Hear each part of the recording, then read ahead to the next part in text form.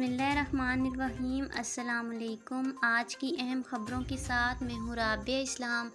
بڑھتے ہیں خبروں کی جانب اور شامل کرتے ہیں آج کی پہلی خبر۔ سعودی عرب میں پرائیویٹ سیکٹر کے لیے عید الفطر کی تعطیلات کا اعلان کر دیا گیا۔ 4 دن کی تعطیلات 1 مئی سے شروع ہوں گی۔ سعودی ویب سائٹ کے مطابق سعودی وزارت افرادی قوت و سماجی بہبود نے پرائیویٹ سیکٹر اور بغیر منافع والے سیکٹر کے ملازمین کے لیے عید الفطر کی تعطیلات کے حوالے سے بیان جاری کیا ہے۔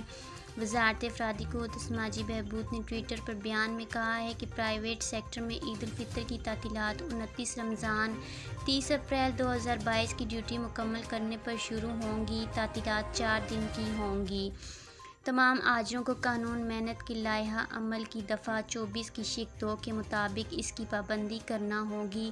قانون محنت کے لائحہ عمل کی دفعہ 24 کی دوسری شق میں کہا گیا ہے کہ اگر تہوار یا کسی قومی پروگرام کی چھٹیاں ہفتہ وار چھٹی کے ساتھ ٹکرا رہی ہوں تو ایسی صورت میں ملازم کو عید کی چھٹیاں شروع ہونے سے قبل یا آخر میں اس کے بدلے چھٹی دینا ہوگی۔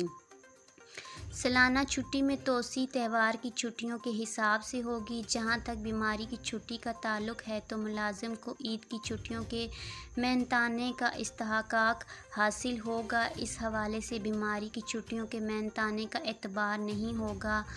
آج کے خبرنامے میں بس اتنا ہی۔ مجھے دیجیے اجازت۔ اللہ حافظ۔